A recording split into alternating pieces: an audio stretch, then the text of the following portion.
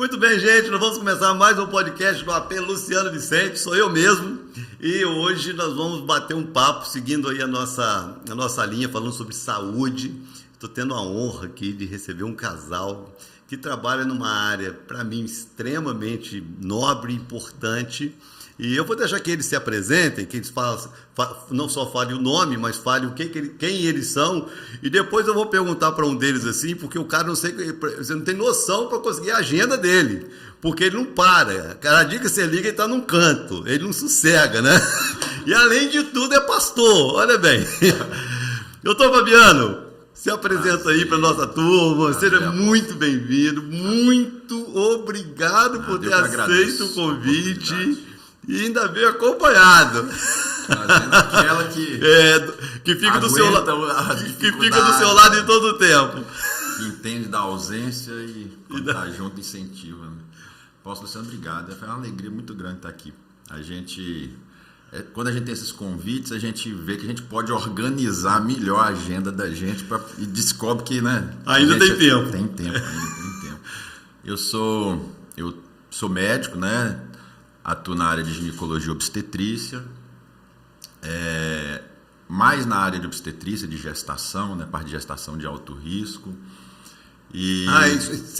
Você tem essa especialidade, gestação de alto risco? A questão de alto risco é uma parte da obstetrícia que você, com o passar dos anos, você acaba lidando com isso. Né? Mais com isso.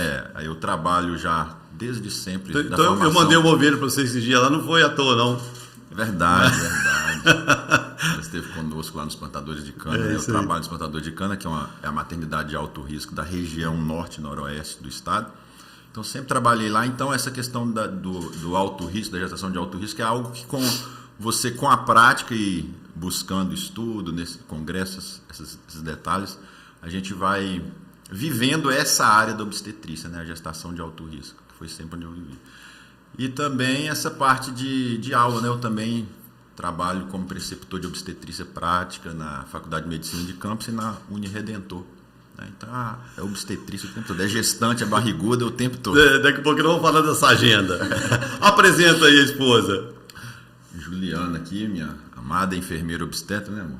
Fala aí, não. Sou enfermeira obstetra, trabalho nos plantadores. Do lado dele. Como digo no início.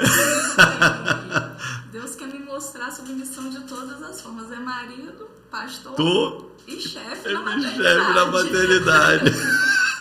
Faço acompanhamento de gestante, de pré-natal, parto e pós-parto. Dou consultoria também em amamentação e laser terapia, na cicatrização da cirurgia e na mama. Que legal. É muito mais coisa que eu imaginava, gente. Sim, muito bem amplo. Muito mais coisa. Muito bem, gente. Essa área de enfermagem cresceu muito. Muito, né?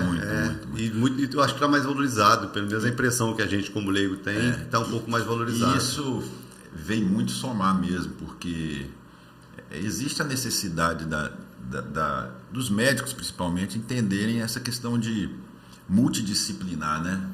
No passado tinha muito essa questão... O médico queria fazer tudo. Queria fazer tudo e que o médico tem sempre a última palavra, centralizava tudo muito no conhecer exclusivamente do médico. Uhum. E aí as outras áreas, com o passar do tempo, foram crescendo, foram buscando, foram se especializando, né? E a enfermagem obstetrícia é uma área que cresceu muito, né? Na verdade, eu já tinha ouvido falar sobre algumas especializações, mas eu não sabia que tinha, assim, enfermagem obstetrícia. Sim. Que legal. Quando Juliana... Porque Juliana já tinha feito especialização em UTI neonatal, né? Isso. Qual a outra que você fez? Oncologia, enfermagem e oncologia também ela fez. E um dia eu acho que ela foi picada pela mosquinha da obstetrícia e ela chegou para mim e falou assim, eu queria fazer essa obstetrícia. Eu falei, não, tá bom, você pode me acompanhar, eu vou te ensinar. Ela falou assim, não, eu quero fazer uma especialização mesmo. Assim, tá bom, fazer especialização. Aí ela veio com especialização, querendo fazer especialização lá no Einstein, em São Paulo. Eu virei e falei assim, especialização no Einstein, em São Paulo. Você sabe que vai ficar fora de casa muito tempo, o investimento vai ser alto, né? E eu fiquei muito preocupado, assim, inicialmente, né? Porque a verdade é que ainda existem no nosso país muitas especializações que não são devidamente qualificadas em termos de aprendizado, né? Mas o Einstein só que uma aí, referência, né? Exatamente, aí realmente foi um investimento grande, ela ficou muito tempo, tinha que ir, ficava dias lá em São Paulo, né? Porque na época eu falei... Se é para fazer, vamos fazer bem feito, né? Eu não quero fazer online. Ah, mas curso online não presta? Presta, serve, só que a gente não se dedica como a gente deveria. Tipo assim, se é para eu fazer, eu quero fazer uma coisa boa. E a parte prática é insubstituível. Aí Na sua área, então... Eu comecei a pesquisar... Tem como aprender a fazer um parto online? Não tem como. Aí eu falei, mas Ju, mas você pode me acompanhar no hospital. Eu falei assim, não, eu quero aprender de uma forma correta, do enfermeiro ensinando para o enfermeiro. E foi assim que aconteceu. Fui para São Paulo, foram 6 meses de teoria e depois 6 meses de teoria com prática. Praticamente de julho a dezembro, eu praticamente morei em São Paulo. Ficava 8, 10 dias, vinha para casa, ficava 2, 3 dias. Mas valeu muito a pena. Matava saudade da família e voltava para lá de novo. Eu achava interessante que ela tinha que dar os plantões, né? Era interessante que tinha que dar o plantão mesmo. Assim, geralmente a gente dá plantão para ser remunerado. Ela pagava dar plantão. Pagar para dar plantão é pouco. Gente, então olha bem, olha o nível, né, da nossa conversa hoje. Então você que está aí assistindo o podcast, já compartilha, porque com certeza o que tem de grávida ao nosso redor, gente, a igreja está cheia de grávida, cheia de pessoas, de mulheres também querendo engravidar. Então nós vamos bater um papo aqui sobre isso, saúde da mulher, saúde da gestante, saúde do feto, né? O que pode ser feito. Nós vamos ter uma aula aqui, não perca de compartilhar e de ir até o final do nosso podcast. Vamos começar então sobre o período da gestação. Eu não sei se é fato, não sei se é porque a gente está mais antenado, mas a gente percebe assim que está aumentando o número de crianças com autismo, o número de crianças com alguns problemas assim que não eram tão comuns. Isso é impressão ou isso de fato está acontecendo? Tem tido esse aumento? Vocês percebem isso? Existe alguma estatística? Essa parte do autismo em si não é nossa área específica. Não, eu citei o autismo, mas a gente percebe assim, alguns probleminhas que têm surgido com mais evidência, assim, criança nasce e está andando e está correndo e está brincando. Mas eu acho também que vai muito da modernização, da busca do conhecimento, do desenvolvimento da medicina. Então passa a ter mais diagnósticos mais precisos, né? E aí as pessoas começam a buscar mais também o tratamento. Coisas que achavam que antes eram coisas naturais, percebe-se que hoje influencia no desenvolvimento da criança, né? Que aquela criança, se incentivada, se tratada, você consegue que ela cresça de forma mais adequada, né? Entendi. Mas qual a participação da gestação em si? Existe algum fator relacionado à gestação e esses problemas? Existem algumas questões de vitamina, reposição de vitaminas, né? De ácido fólico, folato, essas questões do início da gestação, que é uma área que a gente precisa muito tomar cuidado no início da gravidez. Na verdade, a gravidez a gente tem que pensar nela desde quando a paciente pensa em engravidar. Antes já de...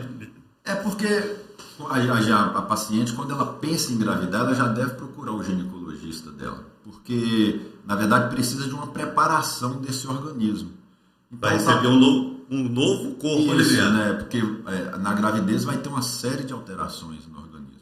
Então, esse organismo já tem que estar, como se diz assim, estabilizado, né? Tem que estar tudo funcionando de forma adequada. Então, talvez a paciente tenha algum tipo de doença, alguma patologia, por exemplo, um diabetes, alguma coisa que ela não sabe ainda. E aí ela vai engravidar sem saber que ela está com esse problema. Isso vai gerar um problema, um transtorno na gravidez. Então, o ideal é que a paciente procure antes, converse com o seu ginecologista obstetra para planejar essa gravidez. Porque aí é o ideal. Esse médico vai pedir uma série de exames, vai fazer certas avaliações e com isso ela vai, se for identificado algo prévio, isso vai ser tratado, corrigido, para que a gravidez venha de uma forma que o organismo esteja mais estável, mais adequado. Mais preparado. Mas na maioria dos casos, furou a camisinha, deu ruim, não foi, a tabela não deu certo e acabou acontecendo. E aí? Pois é, e na verdade não é nem toda essa questão de furar a camisinha, é que na verdade não é um hábito da paciente, não é o hábito dela ir ao médico antes de engravidar para pensar em gravidez. Então a grande maioria decide engravidar, engravida e vai ao médico.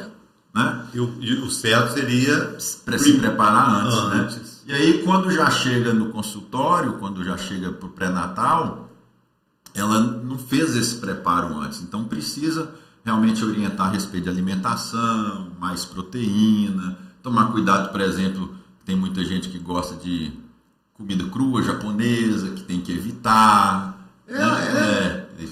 evitar comida crua, os alimentos bem lavados, essa questão toda de uma alimentação adequada, até mesmo porque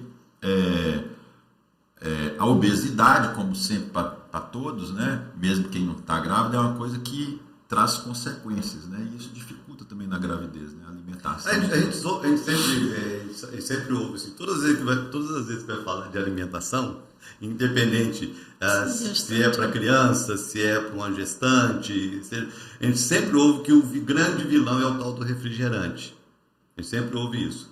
Inclusive ontem a gente conversando, falando sobre o crime que eu já vi pais cometendo de molhar a chupeta na Coca-Cola e dar para a criança, aquela coisa toda, né? Aí você ouvi assim, né, que às vezes o filho nasce chocólatra porque a mãe na gravidez inteira era chocolate. O menino não tomava leite no peito, tomava Nescau. Em casa nós tivemos uma experiência parecida com essa aí, entendeu? Mas esses fatores de alimentação, de uma má alimentação, do refrigerante, isso pode prejudicar a saúde da criança, do feto? Tem uma influência? O grande, até lembrando que você falou a questão do chocolate aí, eu tenho que falar um caso.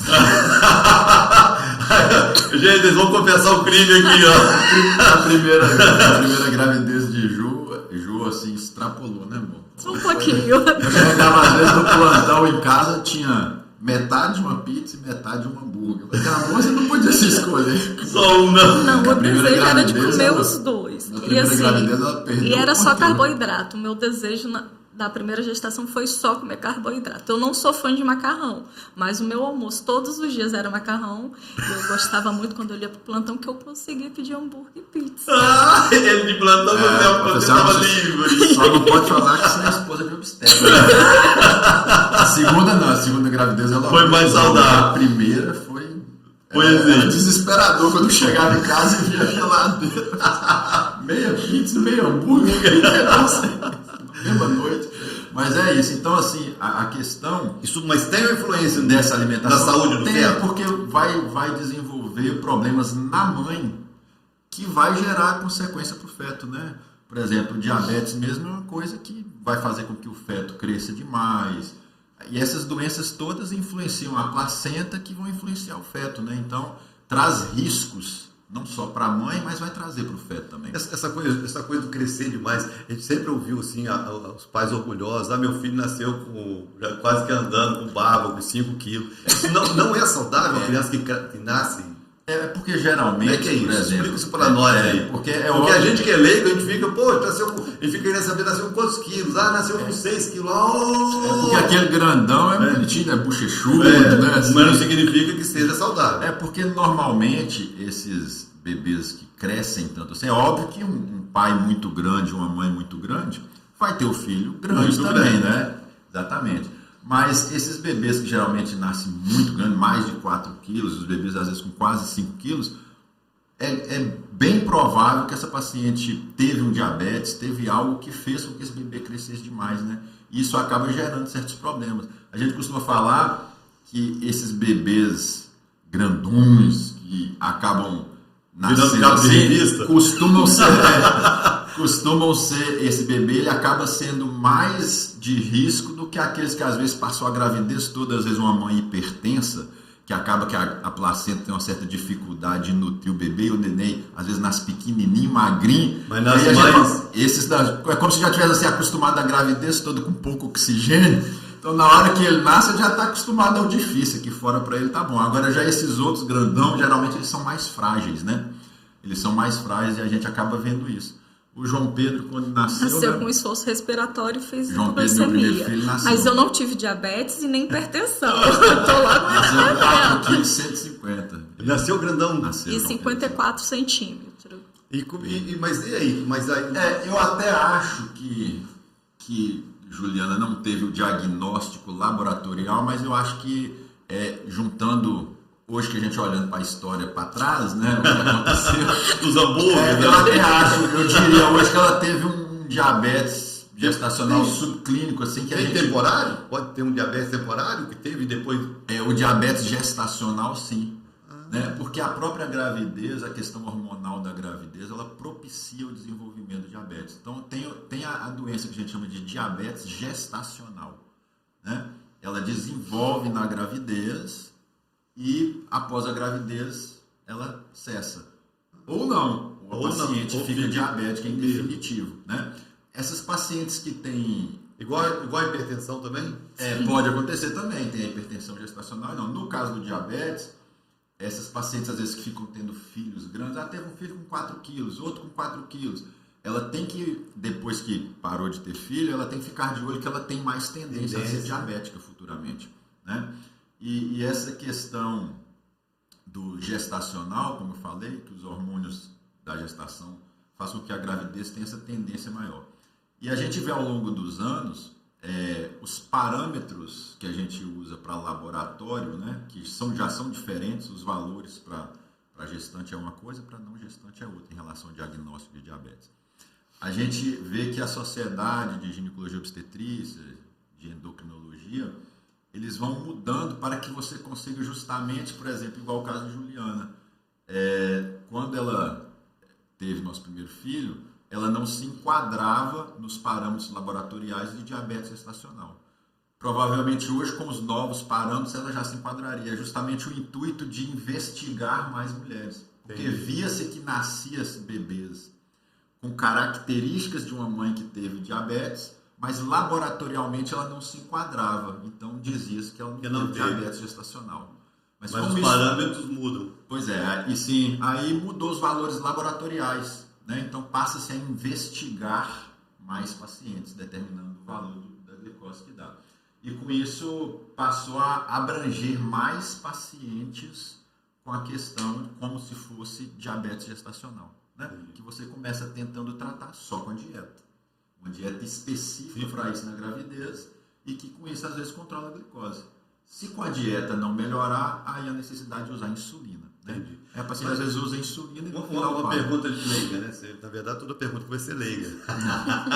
É o curioso mesmo. Vamos lá. Nós estamos falando aqui de um médico específico nessa área. Mas quando a gente começa a falar da gestante, a gente percebe que existe uma série de outros fatores ligados a essa gestação. É necessário envolver outros profissionais, como um nutrólogo, uma nutricionista, não sei, algumas que talvez tenham problemas emocionais, eu acho que é comum, não sei se é hormonal, tem um acompanhamento, de repente, de um... Mulher, né? Mulher. Essas questões emocionais. Rapaz, eu passei uma com a minha... Eu lembro, nunca vou esquecer, nós entramos no consultório, de repente nós sentamos na frente do médico e ela começou a chorar. Aí eu pensei, gente, o que eu fiz, né? O que eu fiz? Será que eu olhei para alguém ou para algum lugar? E o médico devia estar então, o médico devia ficar assim, o que você fez? Aí o médico foi muito gente boa, não vou lembrar o nome dele, ele disse assim, fica tranquilo, isso é normal, elas são assim mesmo. Eu falei assim, puxa, que alívio, né, meu? Então tem isso, mas é recomendado para todas as gestantes ou para algumas especificamente, para as demais só o ginecologista é suficiente? Então, quando há essa possibilidade, eu acho que quanto mais profissionais específicos de certas áreas envolvidos nisso, é melhor. Por exemplo, uma pessoa, até a questão de atividade física, que oriente especificamente a respeito de atividades físicas. Que é recomendado? Sim. Né? Antigamente, no passado, muitas vezes as pessoas falam, não, tá grávida, não pode fazer nada, né? Não pode... Aí os maridos tinham que arrumar a casa e tudo. Eu acho que ele está lavando a alma dele. Quando eu estou em casa, não tem problema. Aí, quando a gente não tem secretário. Depois a gente resolve. Isso é uma coisa que hoje em dia tem profissionais específicos para cada área. Como o senhor falou, um nutrólogo, um nutricionista. São pessoas que se aprofundaram muito especificamente. Um professor de educação física, então são psicólogo em alguns casos. Que podem contribuir com o momento de cada um. É óbvio que isso, do ponto de vista nosso, médico do obstetra, se a gente vê certas alterações, a gente já encaminha. Mas eu acho que aquela paciente que já tem o hábito, que hoje em dia, por exemplo, o nutricionista mesmo é um profissional que, se todo mundo pudesse ter acesso, seria excelente, né? Uma orientação a respeito da alimentação. Né? A gente costuma dizer que a gente é o que a gente come e a atividade física que a gente faz. Né? O nosso organismo é reflexo disso aí. Né? Isso aí. E o trabalho que a gente faz em cima de nossa mente. Mas eu acho que essa questão multidisciplinar de várias pessoas é o que faz, às vezes, muita diferença, né? De pessoas cada um sua, contribuindo com aquilo que estudou especificamente para aquilo, né? E a paciente podendo ter essa oportunidade. Acho que é muito importante isso, principalmente a alimentação. A alimentação é algo que avançou muito nos últimos anos. A conscientização, né? E os detalhes a respeito da alimentação, né? Eu acho que hoje é muito embasado assim, cientificamente em tudo direitinho, não é só aquele negócio de minha avó falou que era assim, né? Então eu acho que hoje o estudo é muito... no Google. O estudo é muito específico e isso vem contribuir muito com a gravidez, né? Muito mesmo vem desenvolver. Vamos fazer o resumo até aqui, gente. Presta atenção.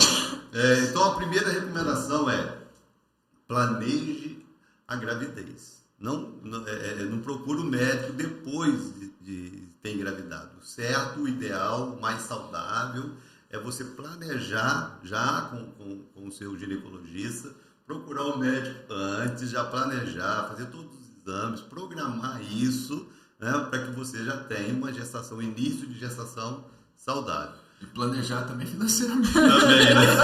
Depois que nasce, tem que ter o dinheiro para comprar a fralda, né? Depois que nasce, a despesa. Aí, a partir, confirmou lá, poxa, tá grávida, aquela alegria toda, porque todo mundo fica, até quem não quer, né? Sim. Até quem não planejou, quando chega a notícia, todo mundo fica feliz. Aí vem todo o acompanhamento. Para mim, eu sempre tenho isso. Tem acho que vários setores, mas tem alguns que são bem mais exigentes.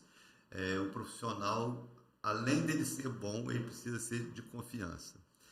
Eu falo isso em relação ao ministério. Eu falei assim, eu jamais seria ovelha de um pastor que eu não confio. Eu não seria ovelha de um pastor que eu não confio. Né? Então, existe, de fato, alguns segmentos que a confiança é muito importante. Por quê?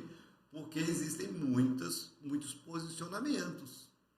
Né? Nós vamos entrar agora numa outra área, né, que vai falar aí um pouco talvez mais da área dela também, que é a questão do parto, né? E tem muitos posicionamentos diferentes, são muitas correntes diferentes, que tem em tudo, e tem. Na minha área, né? Na nossa área como pastor, tem as questões doutrinárias, sim, as correntes doutrinárias. Então, para você escolher um pastor, você tem que escolher um pastor que você confie. Confie no posicionamento bíblico dele, confie no caráter dele, porque quando ele falar para você, faça, você tem que saber que vai fazer e que vai dar certo, porque você confiou na palavra dele. Agora, no que diz respeito ao médico, é uma criança que vai nascer, é uma gestação, né? Então, o quão importante é você procurar um médico que você confie. Porque você vai ouvir outras opiniões, com certeza. Principalmente dentro de casa. Vai ouvir dentro de avó, casa, avó, vizinho, muita experiência. Porque eu tive isso, porque eu passei por isso, porque aconteceu isso, aquilo e tal. Então, e se você começa a ouvir um monte de vozes, no final vai dar ruim. E isso é real, né? Por exemplo, minha falecida sogra, ela, quando Juliana teve o primeiro filho, ela queria ditar as regras, mesmo sendo um médico e enfermeiro. Não podia lavar cabelo, não minha podia sogra comer é do interior, carne né, de São Francisco da porco, não podia comer nada disso. Muito humilde, e aí ela tinha todos aqueles pensamentos bem antigos. Misturar manga com leite. Ela vai lavar o cabelo misturar manga com leite, chupar manga à noite. Minha sogra falava assim, não, mas não pode passar remédio de verme nessa época do ano, não. Eu falei, você é mesmo? Não pode não, vocês não sabem como é que funciona isso. Ela falava pra mim. Né? Minha sogra não sabia ler, ela é muito humilde, e ela falava com firmeza. Não pode, não é assim que faz. Eu falei, tá bom. Muito amada, ela é muito próxima. Eu acho que, de fato, muitas dessas crendices do passado protegeu muita gente de muita coisa. Sim, né? sim. Eu acredito que tenha, de fato, protegido muita gente de muita coisa, muitos excessos. Mas, de fato, à medida que a ciência, que os estudos, para mim, um dos maiores exemplos disso é o tal do ovo. Gente, eu cresci ouvindo que só podia comer um ovo, 2 por semana. Por semana, é verdade. Hoje a gente come uma dúzia por dia. Eu lembro não por causa do colesterol, não por causa disso, porque o ovo é remoso, que o ovo é isso e aquilo. Quer dizer, então, isso cai por terra quando vem um estudo, quando vem... E aí volta aqui a importância de você ter um profissional que você confie, né? Porque quando você ouvir um monte de vozes, você precisa ouvir o seu médico. E quando o seu médico fala assim, é assim, assado, fique tranquilo, nós vamos fazer assim. Aquilo traga paz. Aquilo, né? te traga paz e confiança. Essa questão de relacionamento, né, do profissional de saúde com o paciente, graças a Deus evoluiu muito. Né? No passado, eu acho que a classe médica era muito mais autoritária. Né? Tem uma turma mais antiga aí que ainda tem isso, né? Infelizmente tem sim. Porque existe alguns segmentos, como eu bati um papo aqui com o urologista, e foi muito especial a minha conversa com ele, e eu acho que é um dos segmentos assim, que alguém chegou para mim e falou assim, não lembro, foi o meu sobrinho da minha esposa, que foi fazer um exame com ele, médico também. Eu falei, mas o senhor não encontrou nenhum urologista se o senhor gostasse? Aí eu falei assim, o dia que eu encontrar eu pulo da ponte. Porque não dá para gostar, né? Mas a experiência, às vezes, com o médico, que eu tive essa experiência de sentar com o médico, de poder querer falar, assim, olha, eu tive esse problema na família, esse problema na família, esse problema na família. Para você ouvir de um médico, isso é um problema ou isso não é um problema, e o médico nem olhar para mim e nem me dar uma resposta, simplesmente passou ali um exame e me deu tchau. Então, nós sabemos que o ouvir é muito importante. O relacionamento. Né? E a palavra de um médico, por mais que exista o vício dos pacientes, porque tem paciente viciado, né? Se você não sair com a receita... Isso é verdade. Com raio-x, ele não está satisfeito. Se não sair com uma receita, pedir de exame, ele acha ruim. O médico não deu atenção, o médico não passou nada para mim e tal. Às vezes você gasta mais tempo conversando e orientando do que só dar uma receita. E ele devia sair feliz. O médico falou que eu não tenho nada, que eu não preciso de nada, tá tudo certo, estamos tristes, o médico é ruim, vou procurar outro, porque ele não passa nada. Então, a importância, né, dessa relação de confiança. Né? E isso vem mudando cada vez mais, né? Está evoluindo. Sim. Os médicos, tinha as frases no os passado. médicos estão mais humanos. Não é nem só a questão de mais humanos, acho que vai aprendendo com o tempo a questão de se relacionar, eu acho. Né? Hoje em dia, a sociedade como um todo já evoluiu nessa questão mais do respeito, de entender, né, as necessidades um do outro. Porque, por exemplo, frase igual no passado era muito comum. Não, o médico aqui sou eu que sei. Só que aí o médico é você e o paciente depois não volta mais, porque foi maltratado, não foi compreendido, né? E às vezes o sucesso de vocês está justamente em ouvir a gente. Sim. Porque às vezes uma coisa que eu omito ou uma coisa que eu falo pode mudar totalmente um posicionamento do médico, um tratamento. E Mas aí vai a questão, né, que você está trazendo relacionamento, é a questão de confiança. Como é importante para um paciente, eu fico imaginando uma grávida, né? A importância dessa paciente confiar no médico. Confiar nos direcionamentos, é assim, fique tranquila, que para mim também é algo extremamente importante, porque tem uns médicos que deixam a gente meio aterrorizado, né? A experiência que eu tive, o meu menino mais velho, ele caiu da cadeirinha, aquelas cadeirinhas de alimentação, ele caiu. Aí levamos aquela correria e tal, levamos para fazer o exame, fez o raio-x, e ele sempre foi muito enérgico demais, e apareceu uma fissurazinha no crânio.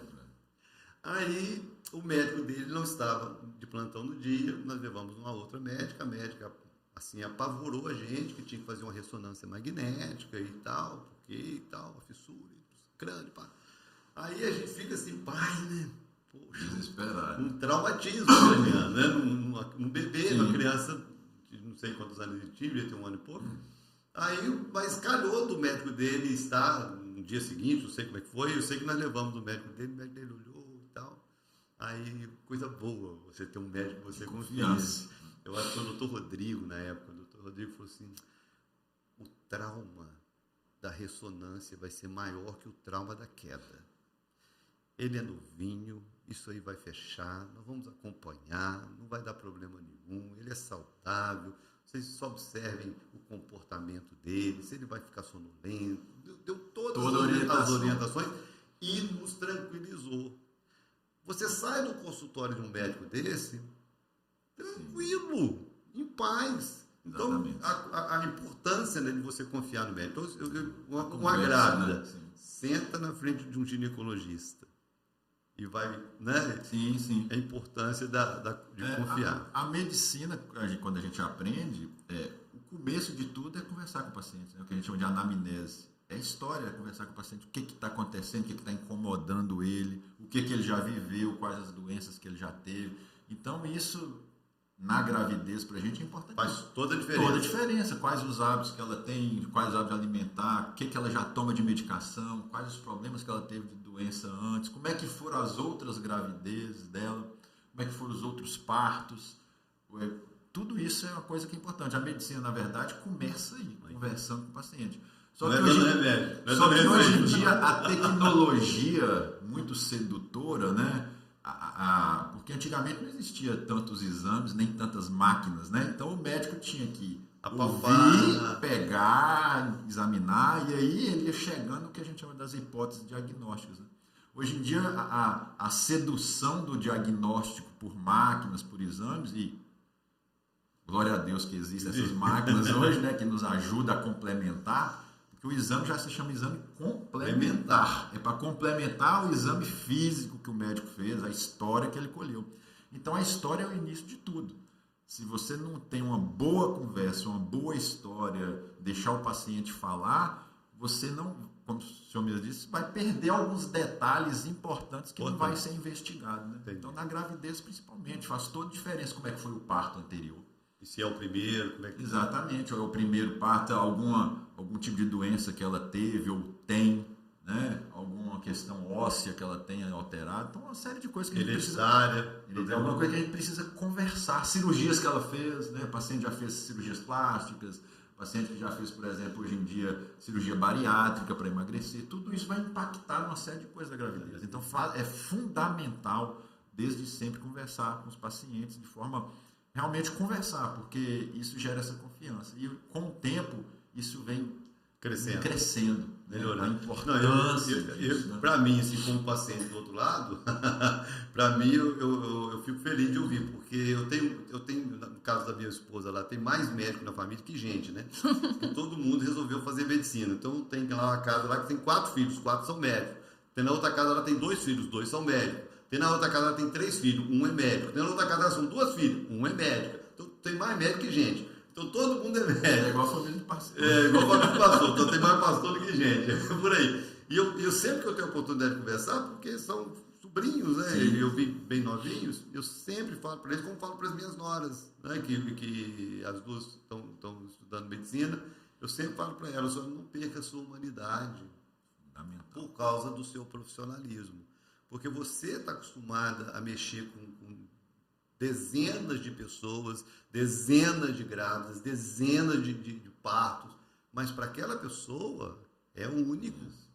Foi o que eu falei até para o lojista. Para vocês é normal, você está acostumado a fazer o que você faz o dia inteiro. Agora, para a gente que chega ali, o constrangimento. Sim, então, sim. Se você não for humano, se você perdeu a humanidade, você está acostumado a mexer com cadáver, irmão, mas eu não sou, não. A gente costuma muito dizer que a gente tem que se colocar no lugar do outro. Porque, digamos assim, pode ser o amor da vida da pessoa que está ali e você vai maltratar.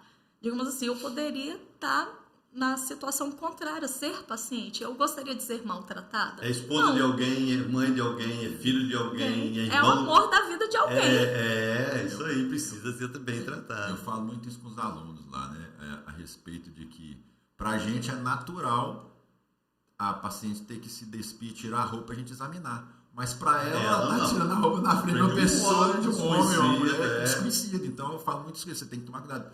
Isso é natural para nós, mas para eles não é. Né? E essa questão de se relacionar com o paciente são coisas muito interessantes. A gente tem essa parte que eu falo da preceptoria das faculdades, que eu dou aula, e eu estava com os alunos outro dia e a gente terminou de atender as pacientes.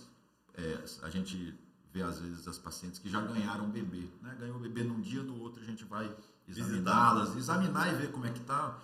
E aí a gente terminou, a gente conversou com elas e tal, e saiu. Aí na hora que a gente estava saindo, o marido de uma delas, que nunca tinha me visto, que eu não fiz o par da esposa dele, nada, na verdade eu não contribuí com nada do parto daquele dia, só conversei um pouquinho. Aí ele virou e falou assim: o melhor médico que eu já vi aqui. Aí eu virei para os alunos e falei: para você ver, eu posso ser o pior médico, mas eu só conversei, dei bom dia, tratei ele bem, conversei com ele, e ele ficou falando que eu sou o melhor médico. Porque posso ser o pior. Os outros deixaram uma má impressão. Só por causa da questão de conversar com ele, ter dado bom dia quando a gente entrou na enfermaria, né? Deu bom dia, perguntou se todo mundo estava bem. Ele já falou que eu sou o melhor médico do mundo. Posso ser o pior. Posso ser o pior de todos, tecnicamente. Mas só por ter tratado ele bem, ele me elogiou. Ele não me conhece, nunca me viu na vida, não ajudei em nada do parto. Mas os alunos falaram assim: verdade, né? E eu tinha acabado de falar com os alunos sobre isso. Então, nós estamos indo entrar na enfermaria, a gente tem que cumprimentar as pessoas. Está de manhã, nós estamos indo chegar, são pessoas que não nos conhecem, a gente tem que cumprimentar. Tem que acolher essas pessoas, apesar que nós que estamos chegando no ambiente que eles estão, mas eles têm que se sentir acolhidos, abraçados. Então, isso é muito importante, é fundamental, né? Gera uma confiança. E eu falo muito com os alunos isso. Como que você vai para diante de um paciente que nunca te viu, que no caso assim do SUS isso é mais comum, porque é o profissional médico que está lá e que vai atender naquele dia que chegar, né? Então não são os médicos daqueles pacientes, mas de todos que chegarem naquele momento. Então como que você vai diante dele sem conversar, sem trazer para ele que você já sabe um pouco da história dele, no caso dessas pacientes que... Prontuário. Exatamente isso. A gente fala, perdão, se você chega diante dele sem ter lido antes o que aconteceu, sem ter visto o prontuário antes, e começar a ficar só perguntando, ele vai parar para pensar assim, mas como assim? Quem vai resolver meu problema não sabe nada do que está acontecendo. Não sabe nem o problema que eu tenho. Eu já estou internado aqui há tantos dias e não sabe nem o que eu tenho. Então eu falo assim, chamar pelo nome. Exatamente. Às vezes o aluno tem isso, né? Que o prontuário tem um número, quer chegar, onde é que é o número 3? Onde é que é o leito 1? Não, paciente seu tem um nome, você vai chamar pelo nome. Né? E são coisas que a gente vai mudando com o tempo. A gente precisa resgatar essa questão do relacionamento em qualquer área, né? Qualquer área, mas na área médica, na área de gestação, né? É muito importante. É muito importante isso, é muito importante mesmo. Então vamos lá, vamos dar os próximos passos. Passaram-se 9 meses, amigo. E agora nós precisamos agendar o parto, já tem uma previsão, né? O parto vai ser tal dia. O que fazer? A partir daqui. Aí vai entrar aí. Então, isso quando é cesariana. Aí tem todo um agendamento. Para parto normal, não.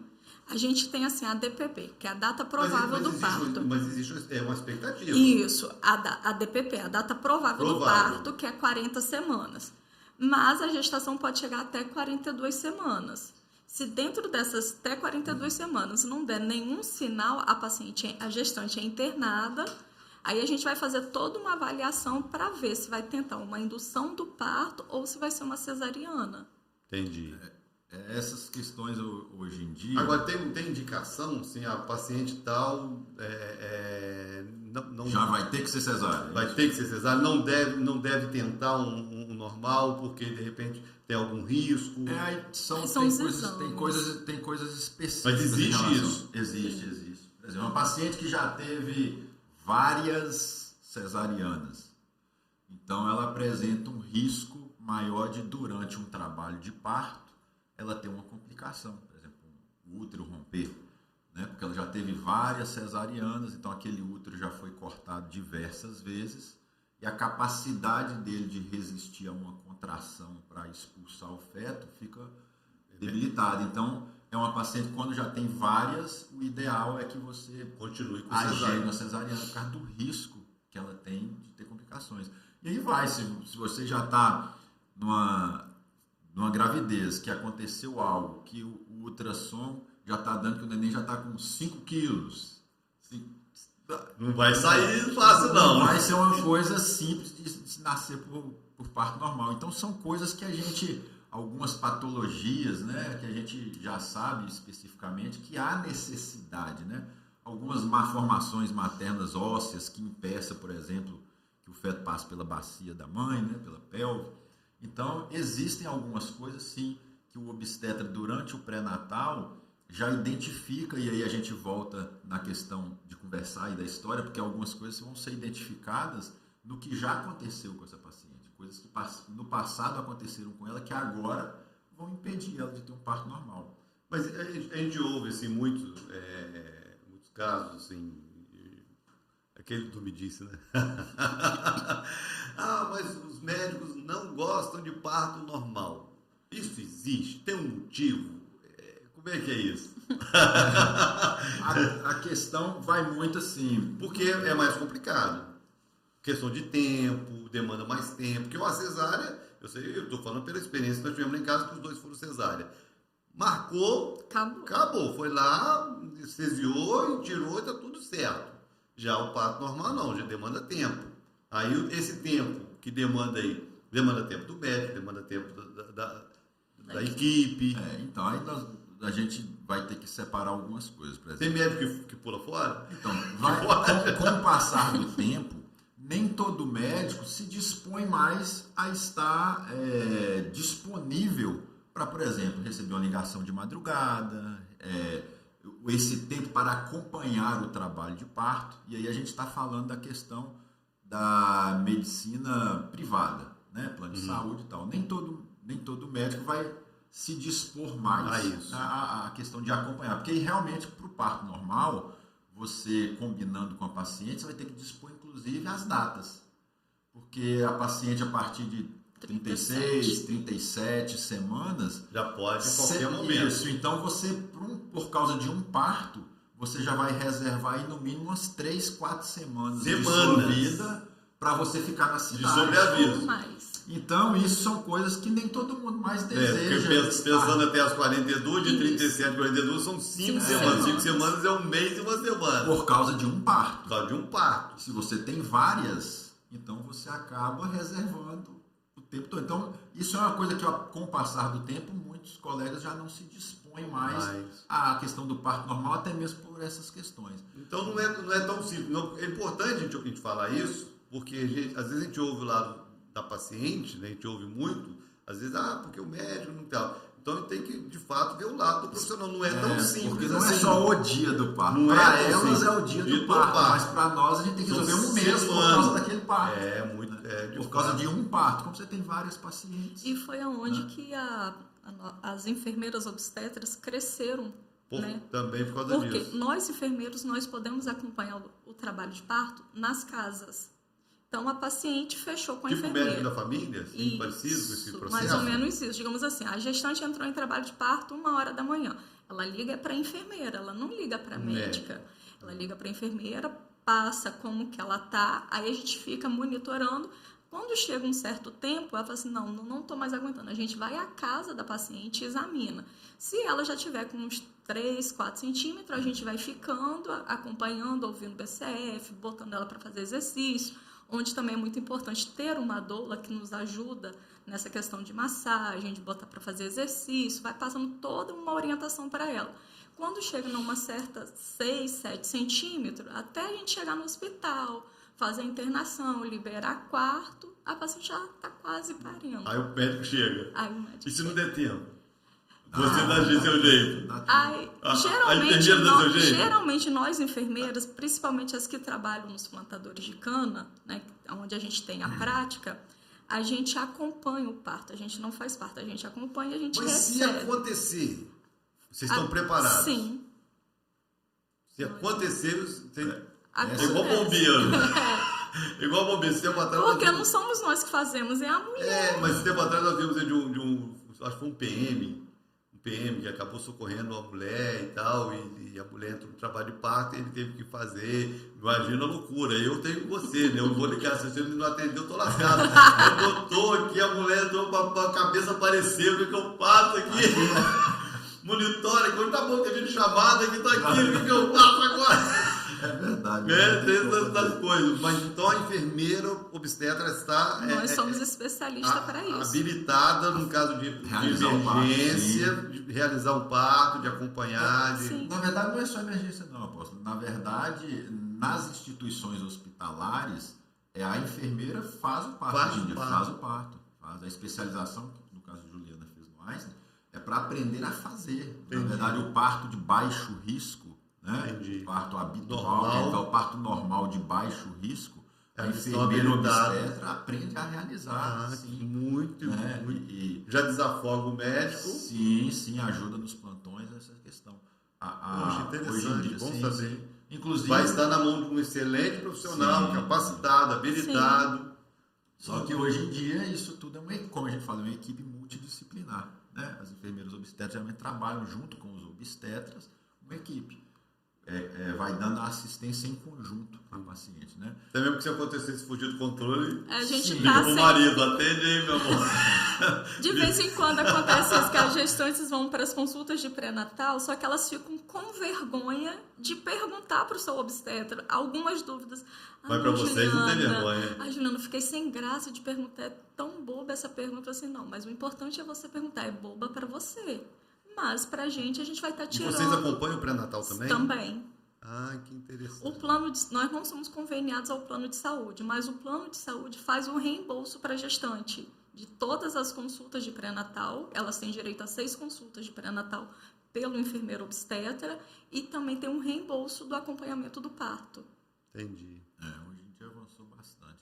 Na questão que você estava falando da cesariana, que a gente acabou falando mais da questão privada, mas no público a gente tem os médicos plantonistas, né? Também no privado existe o plano de saúde, tem os hospitais com os médicos plantonistas, né? Mas então a paciente ela vai ter essa assistência de acompanhamento do trabalho de parto nas maternidades a hora que ela chegar lá.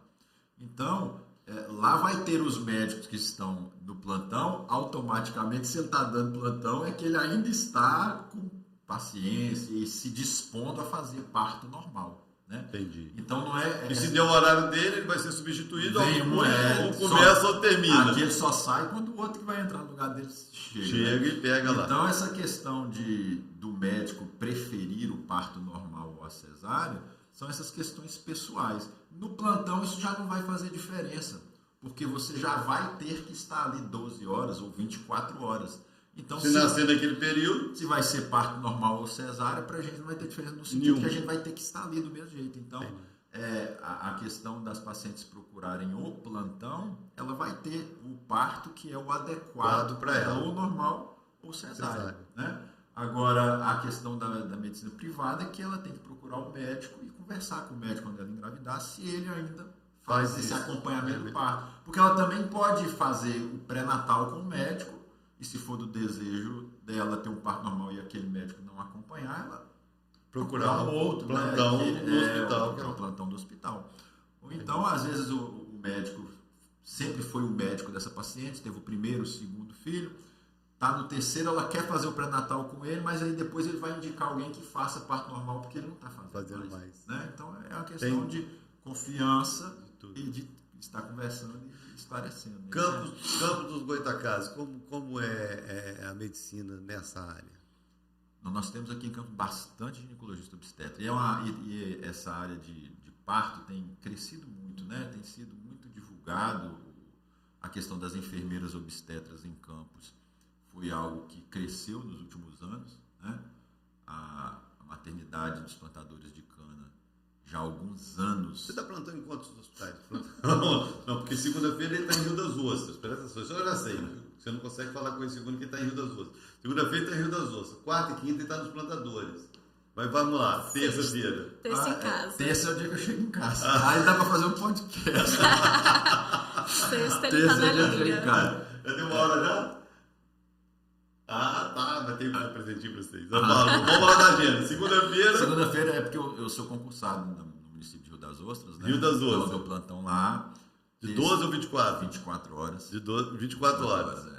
Na terça-feira, Campos. Está em casa. Em casa. Mais ou casa menos. As crianças, leva para a escola, tá volta. Em casa. Está em casa. Tá em casa. Quarta-feira eu estou nos plantadores de cana, 24 horas. Certo. Né? Quinta. Quinta-feira, de dia, eu atendo. Você atende particular? Você tem consultório? Agora não, atualmente não. Eu e Juliana estava até conversando da gente voltar. A gente está pensando em voltar. Estão uns projetos surgindo aí, mais em breve a gente vai estar falando sobre isso. Porque é um profissional do nível de vocês, também uma equipe, né? Porque é interessante, Sim, acaba sendo uma equipe, né?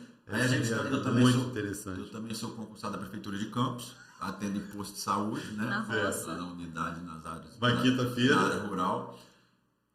À noite eu estou de plantão dos plantadores de cana de novo. Sexta do plantão da maternidade Lília Neves. Ah, na Lília Neves. Do Hospital Doutor Pedro, né? Aí já é na parte privada. Sexta-feira. Então, sábado e domingo.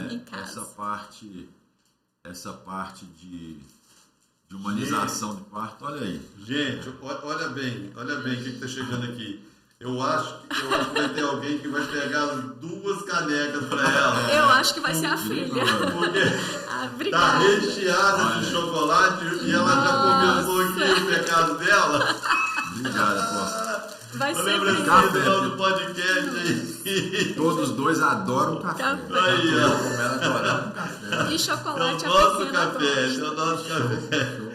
Muito lindo. Obrigada. E essa parte de tá crescendo muito essa humanização, né? Lá como eu falei, o primeiro hospital dessa questão de o enfermeiro obstetra na equipe mesmo, foi nos plantadores de cana. É pioneiro nessa área da cidade. Sim, desenvolveu muito, né? Hoje em dia a gente tem essa... A estrutura é boa? Muito boa, muito boa. Cresceu muito, o número de partos cresceu muito ao longo do tempo, o hospital tem dado esse suporte, né? Tem uma UTI neonatal? Tem. É uma das melhores que tem da região. Na região, né? O Hospital Plantadores de Cana, a maternidade do Hospital Plantadores de Cana é a referência de gestação no norte e noroeste público, sim. Tem UTI neonatal pública também. Particular seria o Lília Neves? Não, acho que particular, acho que... Lília e Unimed. A Unimed também tem. Tem uma estrutura boa. Tem. Unimed só é ruim o atendimento. Eu não sou atendimento. Vou queimar o filme da Unimed aqui. Gente, eu operei os 2 joelhos lá e foi horrível. Nós não somos conveniados. Foi horrível, foi muito ruim, mas tudo bem. Nem sou atendido lá, nem trabalho. Não tem como opinar, não.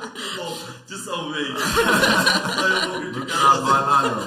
Mas Campos é uma cidade muito grande. Tem desenvolvido muito essa área, tem profissionais aqui, colegas profissionais na área de ginecologia e obstetrícia, muito bom. E chegou uma leva de colegas mais jovens, trazendo mais novidades, e isso é muito importante, né? A gente vê os alunos nossos indo estudar fora e voltando e passando a ser colegas nossos, ou então fazendo a especialização aqui, porque nos plantadores de cana tem especialização, né? O médico que quer fazer ginecologia e obstetrícia, se tornar especialista na área, os plantadores de cana é credenciado pelo Ministério da Educação, pelo MEC, para capacitar esses médicos. São 3 anos de especialização. É a residência? É a residência médica de ginecologia e obstetrícia. Então, atualmente, a gente dispõe de 5... Eu acho que eu tenho uma hora lá que está tendenciosa. Então, eu já falei, o dia que ela quiser ir lá no plantão da gente, nos visitar no plantão lá, vai ser uma alegria muito grande. Pode ir lá para começar a colocar a mão na massa. Começar a ter experiência. Isso, a conversar com os pacientes, bater papo, isso é uma coisa muito importante mesmo. Gente, então é isso. Que bate-papo. Espero que tenha, assim, trazido muitas... Eu vou deixar que eles façam o fechamento, porque de repente tem alguma coisa que nós ficamos aqui, que eu fui investigando, perguntando, coisa da minha curiosidade, né? Mas de repente vai ter alguma coisa relevante para eles comentarem. Mas que conversa preciosa. Que tempo precioso. Eu acho que muito vai abençoar a vida de muita gente. Eu não sei se tem mitos a serem tratados para a gente desmistificar, se tem alguma questão relevante que de repente seria importante a gente deixar, se alguma coisa que vocês se lembram.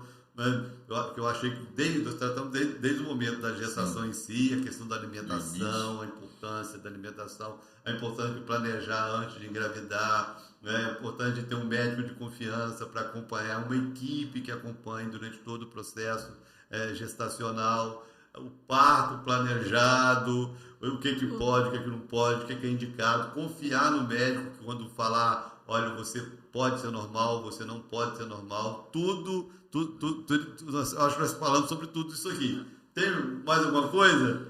Para gestantes, assim, já começar... Conselhos, assim, como... ter uma rede de apoio boa para poder ajudar na questão emocional da gestante e da puérpera, para ela não ter uma depressão pós-parto. O apoio da família é muito importante. E, assim, essa rede de apoio, acolher e não dar palpites, que a gente costuma muito dar palpite, né? Coisas que, de repente, a gente não quer ouvir naquele momento, que a gente tá com o emocional meio, assim, abalado. De experiência própria, né, amor? Quando eu tive o João Pedro, eu não tive, assim, uma depressão pós-parto, mas eu fiquei muito sensível, porque minha mãe estava um pouco deficiente, ela não poderia me ajudar. Então eu fiquei carente, eu chorava, eu pegava a criança e chorava o tempo todo. Aonde o Fabiano teve que ir lá na casa dela pegar ela, e a nossa casa tinha que subir escada, e minha mãe estava com dificuldade.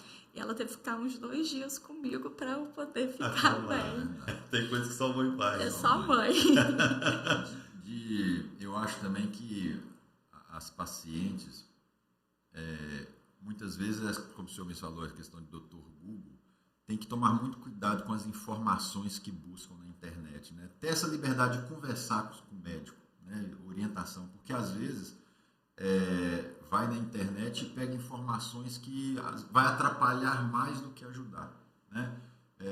Até mesmo porque as informações que estão na internet são informações generalizadas. Generalizadas. E ela não é um caso específico, né? Então ela tem que tomar muito cuidado com isso.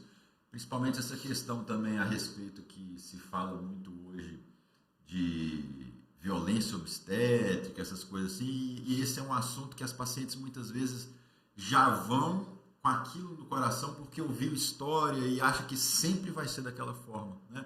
É aquela história de tipo assim, se toda vez que você for atravessar a rua você achar que vai ser atropelado, né? Você não vai atravessar a rua nunca. Então é a questão da confiança no médico, de ir e conhecer aquilo que vai acontecer, né? Os plantadores de cana tem um outro detalhe, ele lá pode fazer visita. A partir de 25 semanas. Você pode chegar lá e agendar para conhecer a maternidade. Né? Que interessante. Onde que nasce, como é que é o hospital. Existe essa visita à maternidade. Basta e é você uma ir lá, psicóloga que acompanha. Procura o serviço social do hospital, que vai ser agendado para você visitar o hospital e conhecer o hospital. Público. As pacientes do SUS, elas podem ir lá e agendar para conhecer o hospital, conhecer a maternidade, conhecer onde é que é a sala de parto, conhecer o ambiente, né? Se nascer na quarta-feira, já sabe quem é o médico. Estaremos lá, sou um dos médicos. Nós somos 4 de plantão, então, e a gente está lá para isso.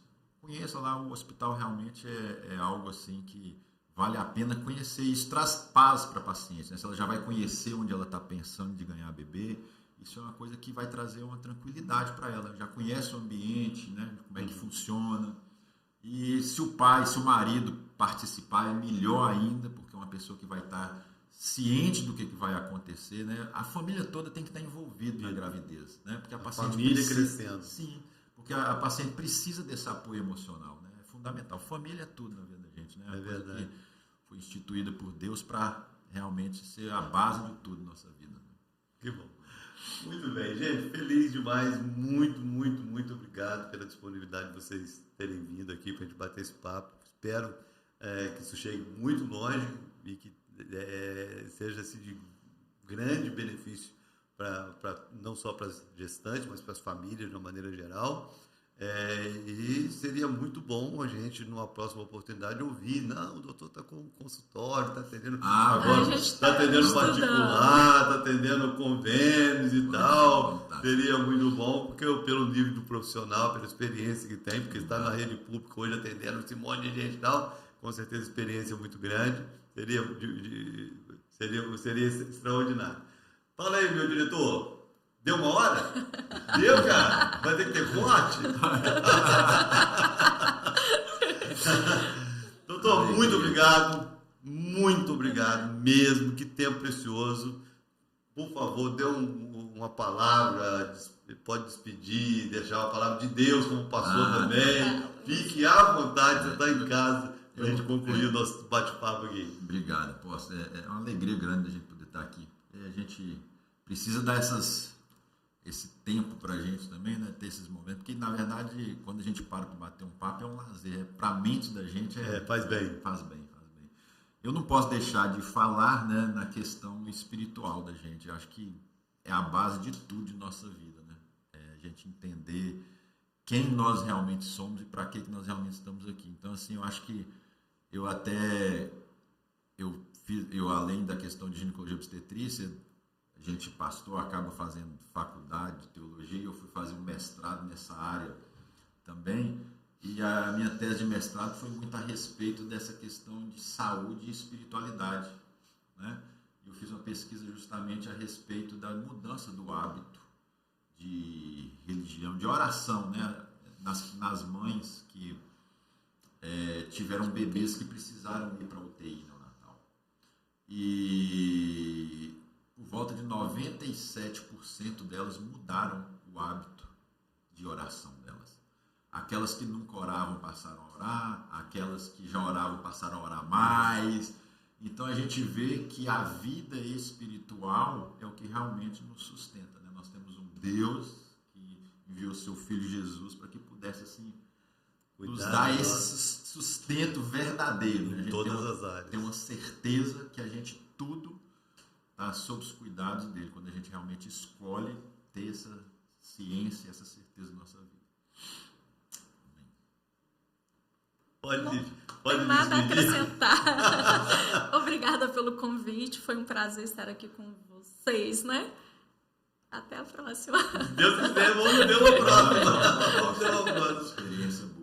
E fica aqui, gente, fica aqui até um conselho mesmo, porque é um amigo que eu tenho, é uma honra poder chamar assim, e quando eu preciso na área, eu já ligo, peço, como tempo atrás eu uma ovelha muito preocupada com a gravidez de risco, aí eu pedi, vai lá e tal, e o que mais marcou, além de toda a paciência, da atenção, e que ela saiu de lá testemunhando, foi: apóstolo, primeira vez na minha vida que um médico ora comigo.